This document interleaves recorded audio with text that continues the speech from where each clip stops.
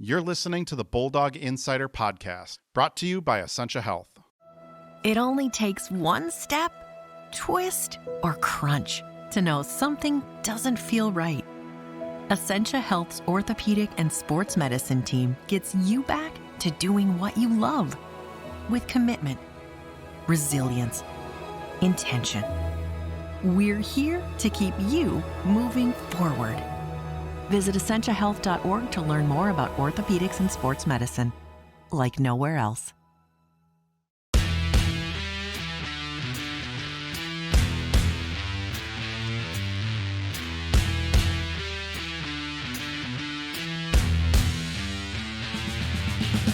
Hello and welcome to the Bulldog Insider Podcast, brought to you by Essentia Health. I'm your host, Matt Wellens, the Bulldogs hockey beat reporter at the Duluth News Tribune. And I'm Zach Schneider, the television voice of UMD Hockey on My Nine Sports. This week on the podcast, we continue our series on forwards turned defensemen. And I totally didn't plan this out. Just kind of happened. We didn't know our guest last week, UMD junior defenseman Hannah Baskin. At least I didn't know. She had been a forward up until high school. She, freshman year, moved to the blue line. If you haven't had a chance to listen to that episode, go back and listen to that this week. Our guest this week got a much later start on his transition from forward to defenseman. He's now a freshman defenseman for the UMD men's hockey program.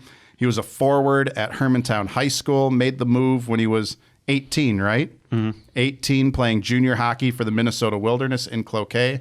Welcome to the podcast, Aaron Pionk. Yeah, thanks for having me. Thanks for coming on, Aaron. You're in just your third season playing as a defenseman. Something Scott likes to slip in every once in a while when he's talking about you and we ask about your development and stuff. He's like, remember, he's only been doing this for a couple of years. But it's been an eventful time in your hockey career since you made the move in the last 3 years here. Mm-hmm. Shortly after making that move, you landed a college scholarship offer from Minnesota State. Yep. Eventually switching to UMD. We're happy to have you here. You were drafted by the Minnesota Wild after playing defense for like a year and a half, I think it was. Mm-hmm. I remember Bill Guerin bringing that up when they're talking about drafted you and such. Any regrets so far on that move from forward to defenseman? No, I don't think you can have too many regrets so far. So it's been good so far. Just got to keep it going. Can you take us through that move back in 2021-22 with the Wilderness? I was reading it was your dad, Scott, who had been suggesting for years or dropping hints for years that he thought you should make the move to defense? Yeah, I think probably all through Bantams, maybe it started, and then high school, for a little while. And then it's funny, he was the IIT final weekend of the Elite League. There's two teams they make out of all the guys there. And he was the coach for one of them. And of course we were a D short or something. And so he's like, just go play D this weekend. Just try it. So I was like, all right, whatever. Did it. It was fine. I didn't think I did anything good, anything bad. And then I got drafted, or after my senior year of high school, I played with the Wilderness for 10 games. I think 7 of them were at forward. And then last 3, our coach was like, hey, we're just going to try you back there, see if you like it. I was like, fine. And then that summer I got drafted by Sioux Falls in the USHL as a forward. Went out there, didn't make it. And then went to the Wilderness coach called me that summer and said, we're just going to go full-time at D. Fine. I was like, I guess, I didn't make it as a forward, so might as well try something else. So I took it from there. He was the first one to say, kind of make the change, and then kind of just ran with it that year and kept it going.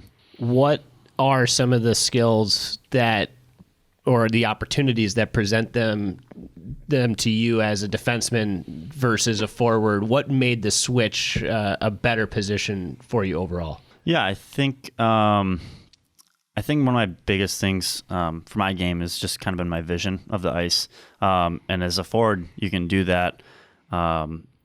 But as a D, you can do it a lot better because you see everything from every part of the ice. Everything's in front of you. You can play with that, which I like. So I like having everything in front of me, be able to see it, being able to read the play like that too. But I think also the offensive mindset too has been a big thing. Being able to play the offensive side of my game as a defenseman has been really cool. And also as a forward, I was a center, and I always thought I was the last person on the zone every time because growing up, I've just been someone that hates to get scored on. So defense was my first mind as a forward anyways. And so I would kind of do that as a forward. And so then I think that's probably what my dad saw. I just said, like, why don't you just go back there and play D?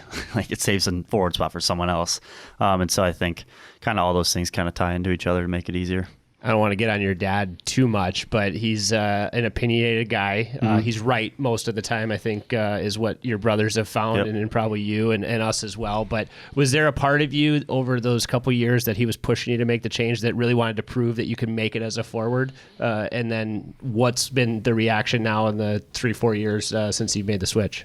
Yeah, I think he just has a way of seeing things. I think just being a coach for as long as he's been, he just see something I never saw. And like I never had anything against D. I just was kind of maybe on that fence of like, I mean, I'm in high school already. Like, it's late to switch like a position. I mean, it happened anyways, but so I don't know. Maybe he saw something, and so yeah, maybe there's kind of like a little "told you so" type thing in there. But I think he's been really good about it. He's never kind of said anything like that. And so I think kind of as soon as I made the switch, he's just been started coaching me on that stuff now. And so he takes things from my brother and his teammates as well, like Josh Morris. He sends me clips and shows me clips and stuff like that. He's like, watch what they're doing here. And so like now I've made the switch. He's kind of just been a super helpful person with all of it. He's just been a coach on my side now, like a personal coach of things to do, things to look out for, because he's seen every part of the game. Does it help having a brother who's an NHL defenseman? And I think Neal plays kind of that similar defensive game that you do. He's more of an offensive defenseman. Yep. He's not like we'd say a Nick Wolf, or Nick Wolf will tell you he's an offensive defenseman, but bigger guy that's going to defend and such. I feel like you and Neal kind of play similar styles, maybe. Yeah, for sure. I think the thing about his game, he has a lot more of the defensive side figured out. Just playing it his whole life, he's has things. So yeah, for sure, it's a big benefactor. I think can take little parts from his game all the time on the defensive side, how to do it. He's a penalty kill guy, but he also plays power play, just like you said. So he's a great two-way defenseman, is what I want to get into more. I have the offensive side, definitely a better handle of it, just obviously playing forward and stuff like that. But I think learning the defensive side of it has been my biggest struggle right now, is just picking up things, and that's why it's been so great with the 6 other guys I have back there with me this year. They've been doing it their whole life too, so I can pick up things that they do all the time. But yeah, I can watch Neal for other things like that too. You have 4 older brothers. Neal obviously playing for the Winnipeg Jets, a former Bulldog.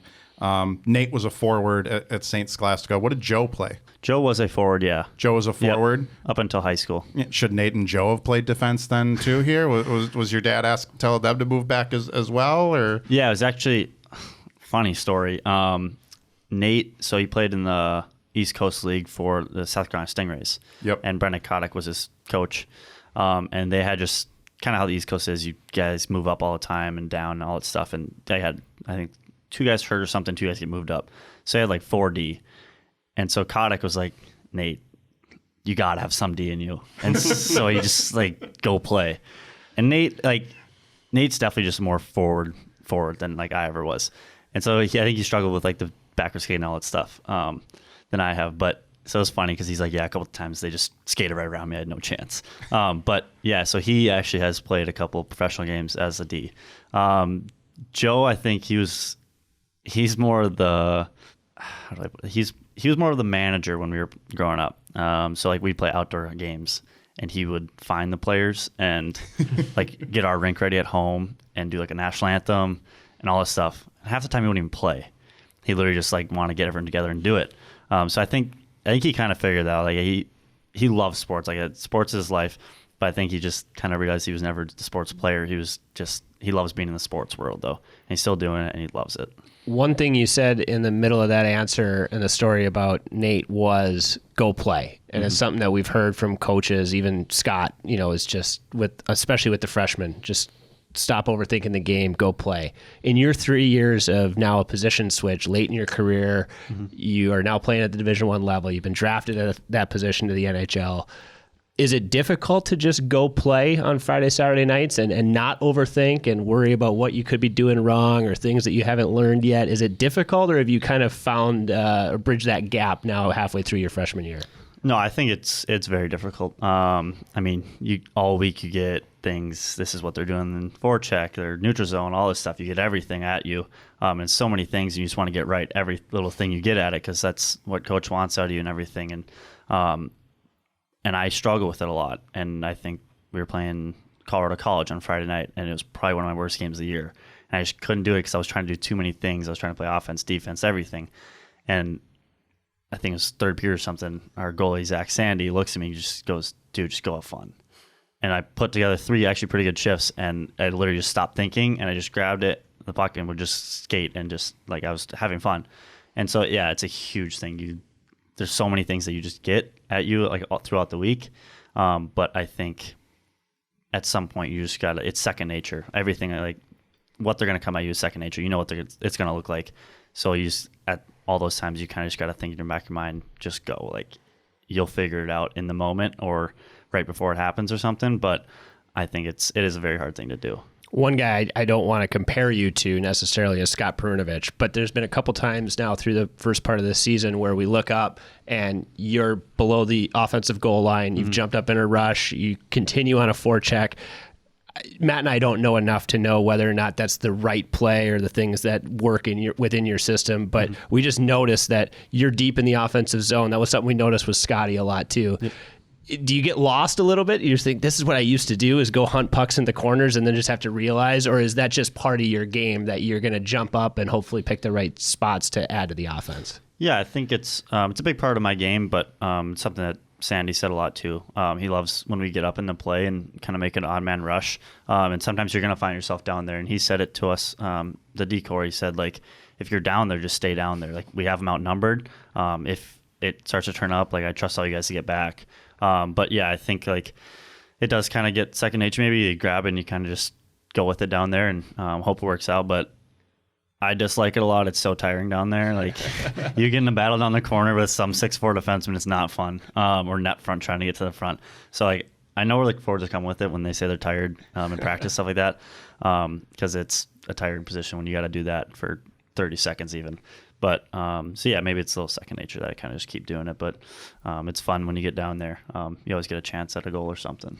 I do think what's unique about you when we talk about hockey players, men or women, whoever, that have made this transition from forward to defense, you are making it at a really interesting time in your career. You know, we had Hannah Baskin on last week, and, you know, she said she went and played U15s before, you know, going to play high school. You know, she made her transition. She made her transition while she was at high school. Yep. So she had some time to learn the position.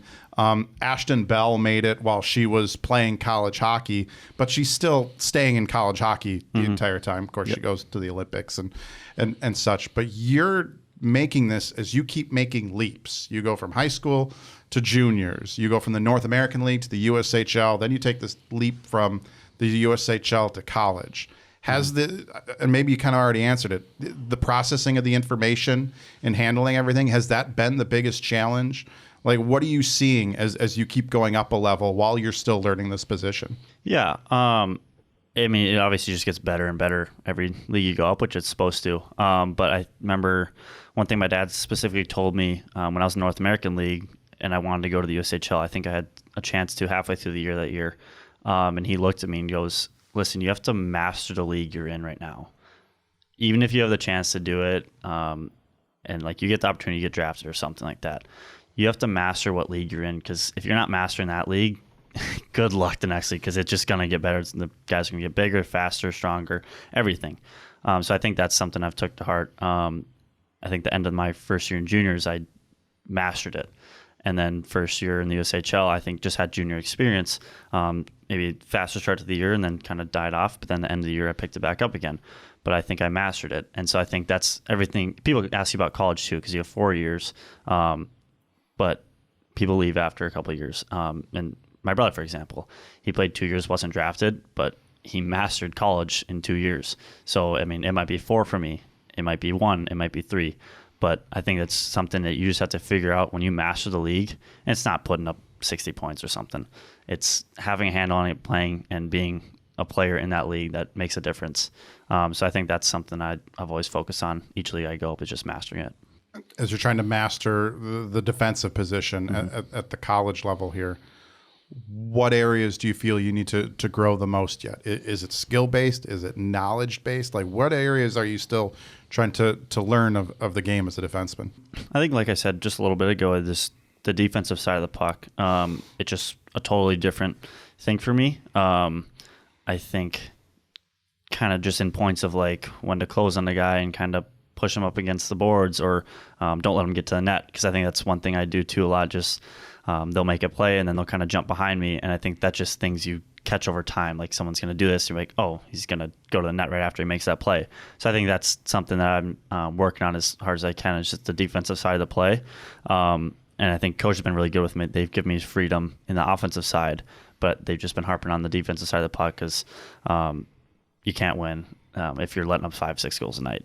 So I think I can contribute that to a lot. So I think just picking up guys, going on net and closing on guys in the neutral zone, D's and stuff like that. But I think I gotta do that by watching and learning from teammates as well, and watching film and picking up things there. You brought up your brother, who we've talked about a few times, I guess, through this conversation. But, you know, he's obviously really well known for his time. His group was the start of a really good stretch for UMD hockey, even in just his 2 years. It seemed like when you were recruited initially that you were going to write your own path, or write your own story in a sense, go to a different program in Minnesota State. They had a coaching change. You end up at UMD. Take me back to that decision where maybe you had initially wanted to go somewhere else, and then the events that transpired bring you back here, another Pionk on the blue line in Duluth, following, so to speak, in the footsteps of Neal. Yeah, I think a lot to do with it was just kind of like where it was in my career too, with all the recruiting process too. Mankato was the first team to reach out to me, and so I think they saw something in me early, and they kept touch base with me all year, and they really persist on everything.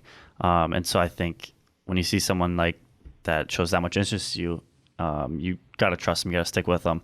And not that UMD didn't show interest that year, but when it all happened, I remember talking to Krause about it, because they didn't really want to talk about it when it was first happening, before I committed the first time. But I talked to him, and he said, listen, we had guys in here. We had Kaiser in here. We had Connor Kelly in here. We had some big names. We had some guys. And just knowing you personally, knowing your fan personally, I didn't want to put you in a spot you weren't going to play. I didn't want to do that to you. Like, there's coaches will do that. Like, they'll bring you in and just throw a chance, and you'll be, oh, he might work out. If not, whatever. He can ride the 4 years of practice. But to hear that from him was something that I always remember, because he's like, I'm not going to bring you in and I'm not going to do that to you. I know your family too well. I like your family too well. And so then when it kind of all happened again, and he told me that, and Hastings left, and I heard that, I was like, wow, like, that's true care from someone. And then everything else worked out too. I mean, Kaiser signing and Connor Kelly leaving and other people like that, there was just so much open space for me as well. And so he said, like, listen, we have so much room for you now. We want you. We need you here. And so I think everything kind of lined up as it did.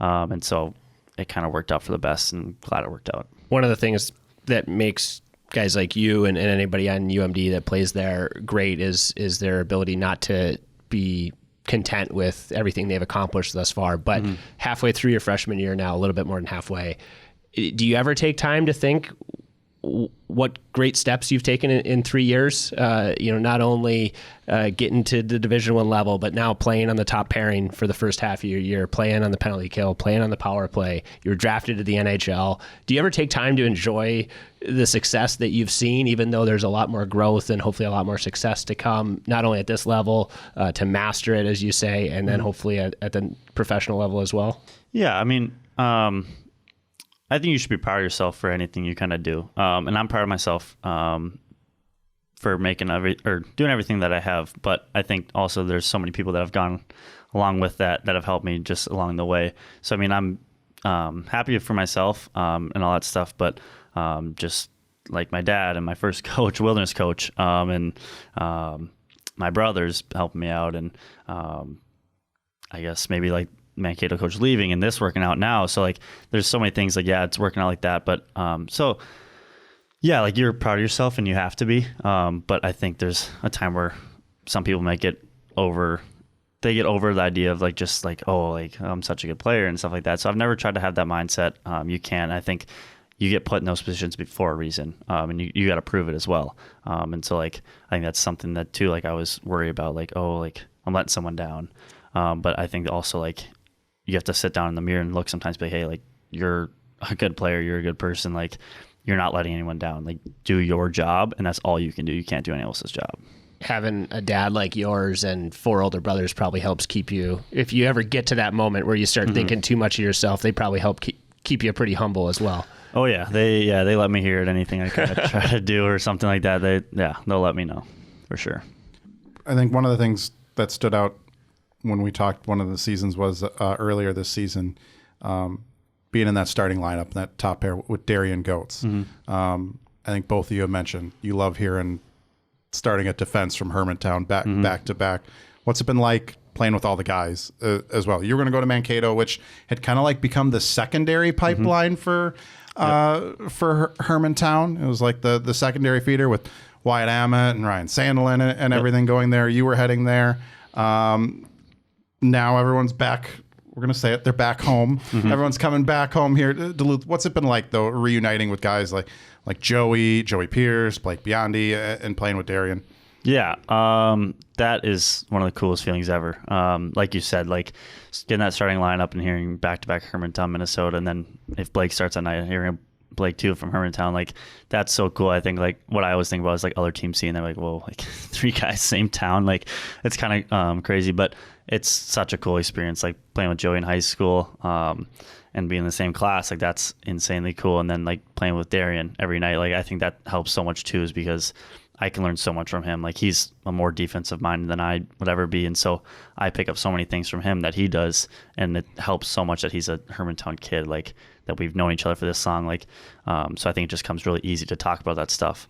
And then like, but just all that stuff, like it's so cool to see. And like our coach texts us all the time, like, hey, like guys, this is insanely cool that all you're playing the same thing. And now like maybe 3 more guys coming from Hermantown next year here. And what will happen with Blake and Darian, it's still up for question, but so I think to have that many guys from Hermantown on the same team would be insane. But I think it's one of the coolest experiences ever. Yeah. So next year we got the Plant brothers, Zam and Max coming in, and Ty Hansen, another defense. They're going to be good on if Darian doesn't come back, there'll still be 3 defense. But heck, you could. I was looking at the roster and I'm like, man, it'd be cool to do like an entire Hermantown starting lineup, but you don't have a goaltender. Like next year you could do if Blake comes back, maybe play center for a night or something like that. Everyone gets to play center right now. Yeah. Aaron, you could be in line. I thought this weekend was a little scary when Matt Perkins and Jack Smith both left the light up there. It's like, oh man, we're going to have to start. Everyone's going to get to play center at some point, it seems, this season. But a goaltender, where are we going to get a goaltender from Hermantown? Yeah. Or is that just like Cohasset? They got the lock on that? Right? Yeah, I think they got a pretty good one this year. Dane, I've skated with him a good amount of times in the summer, and he's an athlete. But yeah, I think that's been a big thing. Like Proctor and Grand Rapids, they always have the best goalies, and like Cloquet always has good goalies too. I think Proctor and Cloquet always have the best ones because they get so many shots every night. But Cloquet's been a hotbed for goalies, it seems like. Yeah, so it's your guys' fault. You're not letting your goaltenders at Hermantown. Yeah, seriously, I think that might be it. All right, we're going to take a short break. When we come back, we'll have more with Aaron Pionk. You're listening to the Bulldog Insider Podcast, brought to you by Essentia Health.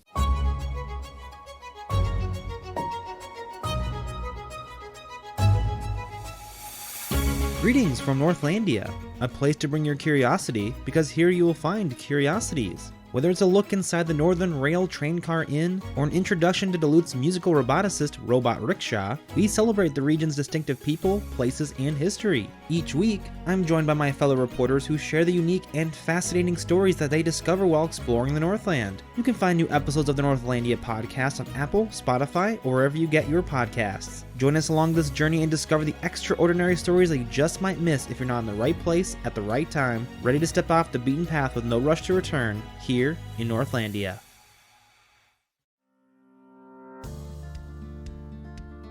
Hi, I'm Maria Lockwood, a reporter with the Superior Telegram. Explore Superior and Douglas County history with me on Archive Dive, a monthly podcast available at superiortelegram.com or wherever you listen to podcasts. Welcome back to the Bulldog Insider Podcast, brought to you by Essentia Health, Orthopedics, and Sports Medicine. They're proud to be the team physicians for the UMD Bulldogs and provide sports medicine care to more than 25,000 student athletes in the community to ensure they can compete at the highest level while protecting their long-term health and athletic futures. Thanks to Essentia Health for their support of the Bulldog Insider Podcast. I'm Matt Wellens, along with my co-host, Zach Schneider, and our guest this week, Aaron Pionk. We mentioned your four older brothers. The one we haven't mentioned, I feel like he's the forgotten brother. So much so I actually forgot him once in a story, and your mom called me, and I felt horrible. Karen had every right to call me out on it.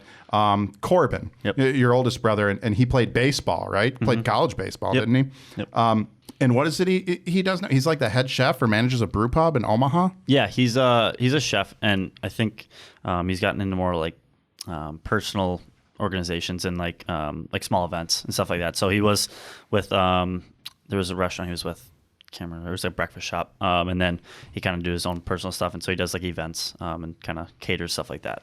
Yeah. But is he still working in a place in running a restaurant in Omaha? Or I feel like the last time I talked to your mom, she had mentioned like there was a brewery in Omaha he was working at. I'm like, how did I not know? I know breweries in Omaha.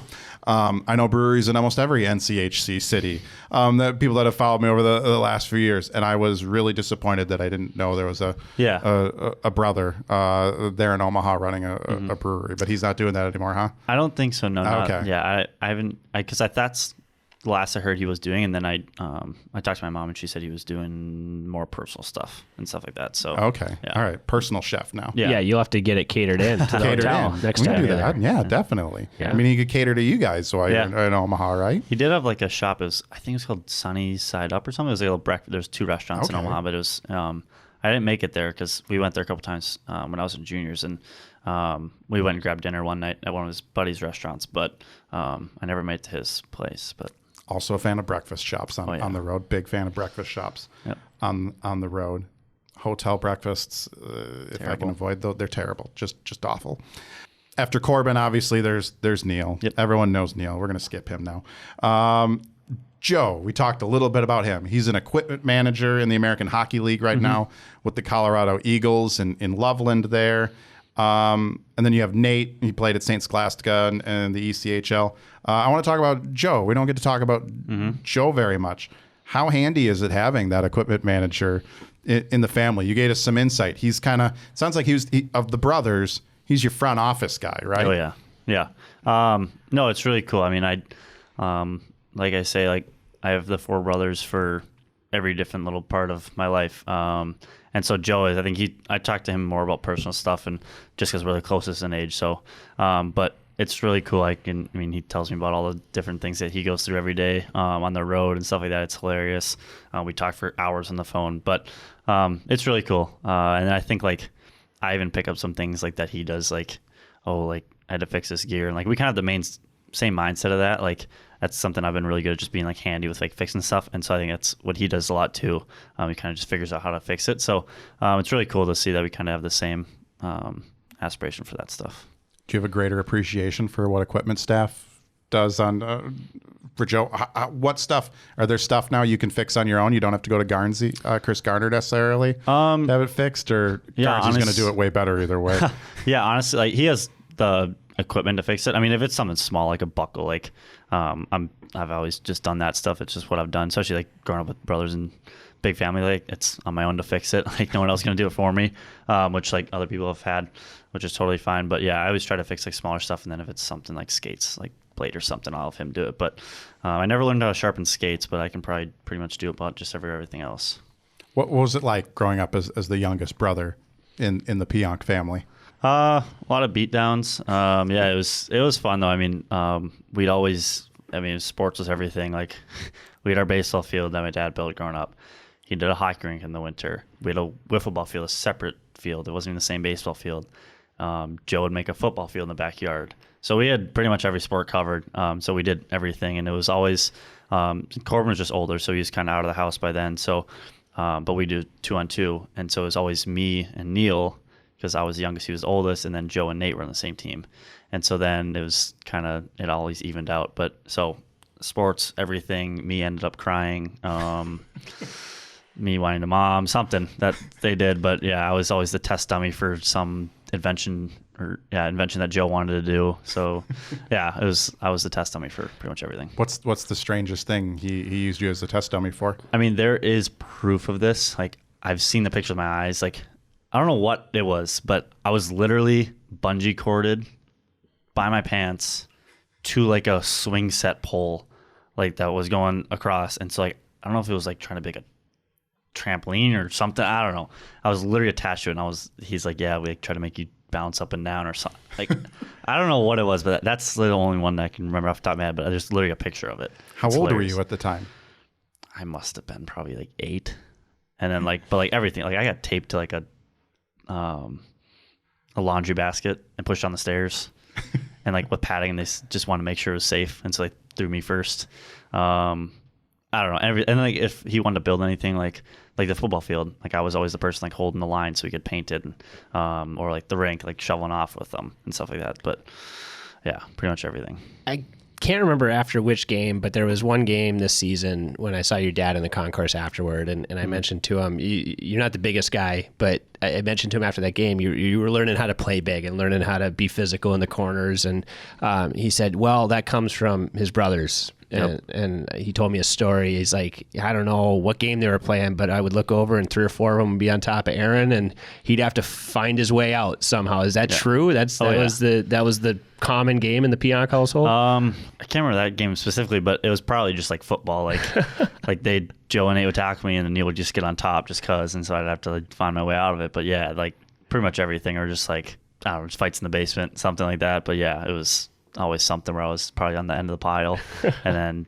whining to mom and crying or something, and they'd run and try to hide before they got in trouble. But yeah, I was going to say the things you talk about. I'm an oldest brother, so sorry, Aaron, but I play favoritism towards older brother. Poor Max Plant when he comes in here next year. Zam's going to be my favorite plant on the team. Sorry, Max, but I always gave preference to Jackson Cates over Noah Cates as well. Joey Anderson over Mikey Anderson. What skill as a younger brother has paid off the most for you now in hockey? I can't say. I mean, one skill that I don't know. I mean, I can't say one specific skill, but I think it's kind of just a mixture of all of them. I think like I know Neal had this one move growing up where like he'd go back for a puck in the D zone, and it was a fake slap shot around the net, and he'd spin out of it, and like the whole rink would think he's rimming it, and so he'd go the other way. I remember I used to do that like fairly often just because of him. So like that was maybe one skill there. And I remember like just talking back about Joe, he tried it one time, fake stops around the net, but then kept going behind the net. His mind didn't really work right, just like that. So like he did it the wrong way. But yeah, I think just like everything, like picking up stuff, many skills from something that I see. And like I think just like growing up too, I've always had like a good stick of getting in lanes and getting pucks down and stuff like that. I think that came from Nate. Nate's always had a really good stick of tipping and everything like that. So I think kind of a mixture of everything just made skills easier for me, I guess. I'd say that's the Neal Pionk spinorama. Is that where the spinorama was born? Yeah. And are you good at it? Have you been practicing it? I don't do it. I used to do it in Bantams like fairly often, especially just, I was tiny, and so like, I always avoid hit at all costs. But yeah, that's the original. He would fake like a slap shot somewhere in spinorama, and he did it for one of his most famous goals against the Canadians. He did a spinorama right in front of the net. I'm not as good as him, but I have it in the back pocket if I need it. I can't remember too many times where he got caught in that move. Have you ever caught him in that move? I don't think so. I think like my dad's always said he's one of the best at making the whole rink think he's doing one thing and he goes the other way, and that's his best move at it. Like he will eyes, puck, hands, toes are facing that way, and like everyone thinks you're going at it. He thinks he's going that way, and then he'll just kind of spin off it. And you're right. I think he's mastered it. He's he doesn't get caught on it very often, if ever. All right, we're going to close out the podcast by bringing back an old game that we haven't done for a while. It's called the yearbook game because it's kind of like superlatives. Usually we do this. We have you guys do this with your teammates. I think we've had a couple roommate versions of this before. We're going to do this with your brothers. Okay. So you got to pick a brother for each of these categories. Gotcha. Most likely to end up on a reality TV show. Nate. Mm-hmm. And why would that be? He can talk your ear off. He's a guy that will also just make you try to laugh at kind of anything. He's really sociable, so I think Nate would be kind of perfect, and he could probably be the actor out of all of us, I'd bet. Most likely to run for political office? Neal, he's the biggest arguer I've ever met. Like anything, the sky is not blue to him. Like he'll argue on it. He's going to take the opposite side just to start an argument. He'll attempt to win it at all costs too. So Neal definitely. That's the instigator in him that the 100%. rest of the NCHC loved so much when he was here. Yeah, there's a couple markets that he wouldn't be able to run for office in. Yeah. Most likely to be a coach like your dad? Neal. Yeah, Neal? Definitely. Yeah, he's always had that mindset. I think that's one thing I picked on him too, and my dad as well. I've had that mind, but I think Neal definitely, if I had to pick a brother. Which of your brothers is most likely to call you from jail, asking to be bailed out? This is basically who's the one that gets in trouble. Joe. Joe? Yeah. He probably wouldn't call me last, but if it was someone, it'd probably be Joe. Yeah. You'd be his last call though? Yeah, probably. It'd definitely go Neal, Nate, Corbin, me. Yeah, I'd say. Who would be your first call of your brothers if you needed to get bailed out of some trouble? Probably exact same order. Neal. Everyone's Corbin, calling Joe. Neal. Yeah, probably. Neal, those argumentative skills, hoping to help you get out of it. Yeah, and it's like it'd be like, hey, I messed up. What'd you do now? And like, so yeah, it'd be like a big brother lesson though. So he'd get you out of it, but you'll hear from it forever. Most likely to be a Fortune 500 CEO. Who's the business mind? Probably Neal might be. I mean, he was a marketing major in college. I could see Corbin doing it too, though. Yeah? Yeah, I think that'd be a pretty... None of Joe's crazy inventions are going to hit, you think? No, he's he's kind of he wouldn't be like the owner of any business. He'd be your foreman or something like that, but he wouldn't ever own it or be like the head of it. We'll see him on Shark Tank, but he won't get a deal. Yeah, he'd be like the guy next to the person giving the pitch, testing it out. Like that. The brains. Yeah, the brains. Or he'd invent the thing, but he wouldn't. He'd be the one for tech geeks. He'd be the Steve Wozniak. Yeah. To Steve. He wouldn't Jobs. be the face, but yeah, he wouldn't be Steve Jobs. He'd be Woz. Exactly. Most likely to win on Jeopardy. That's a tough one. Maybe I'd say Nate. Probably. Nate's the no specific reason, but that's who you're going with. Yeah, I'd probably say Nate. Okay, last one. I don't know if you watched Chiefs Bills last night. Jason Kelsey, brother Travis Kelsey, was chugging beers, shirtless, in a press box in the suites with Taylor Swift. That was the most interesting part of that game. I just sat on Twitter looking Jason Kelsey. Which of your brothers most likely to pull a Jason Kelsey at one of your games? That's who's the brother we want to hang out with in the stands, basically. Who's going to make which brother's going to make some friends with an opposing fan base? I think we're going to rule out Neal right away on this one. Neal's it wouldn't be him. No, Neal's not going to make friends with the opposing. Depends on the opponent, but we know one in particular he would want to stay out of the stands from. Definitely wouldn't be. That'd be like. I think that'd be a Joe Nate tandem. Like Joe and Nate tandem, because like Joe would he's friends with anyone. Like I've been to like games with him before, like a college baseball game or something, and he'll just start talking to someone in front of him.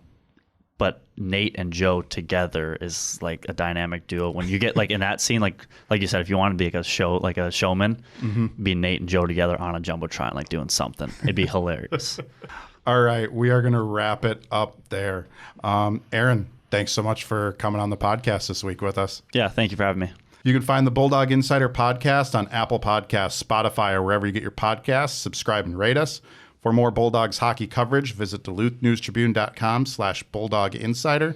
Subscribe to gain access to all of our coverage all season long. Zach, we got 4 games back at Amsoil Arena this weekend. What's the TV coverage look like? We got all of them. I think it's our last double-double of the season, which is nice. 4 games in a weekend is a lot, but it's fun. The women have Wisconsin Friday, Saturday at 3, and the men have Miami Friday, Saturday, both at 7. All on my 9 this weekend. All of it. And we've got a small event before the Saturday women's game with my other job, a small part of my life. But there's a kids race before the women's game. So 1:30, if you got kids 14 and under, they can run around the rink. They can go to the game for free. So hopefully it's a well-attended event. And then the hockey game against Wisconsin is a big deal too. That's on Saturday, right? Saturday at 1:30. Yep. I'm asking this because I think I have a You are child signed under. up. Am I signed up? You are, Great. yep. I'm glad Zackerman knows that my kid's signed up, and I'm sure sitting- Adele did it. Adele's all over it. Thank you, Adele, for being on top of that. I shared it with her when you sent it out. But yeah, that's a cool event. Grandma's Marathon, kids can run around the concourse at Amsoil before the women's game. They can continue to run around the concourse too after the game as well. Yeah, we cease to be responsible for them at 2:30. At 2:30. Got it. Good to know. Jack, don't get in any trouble. Dad's not the person you'd call. If Jack had to call someone getting bailed out, Dad would not be the guy. Just go to Mom. Thanks to our sponsor, Essentia Health, for their continued support of the Bulldog Insider Podcast. And thanks to all of you for listening. We'll catch you next week.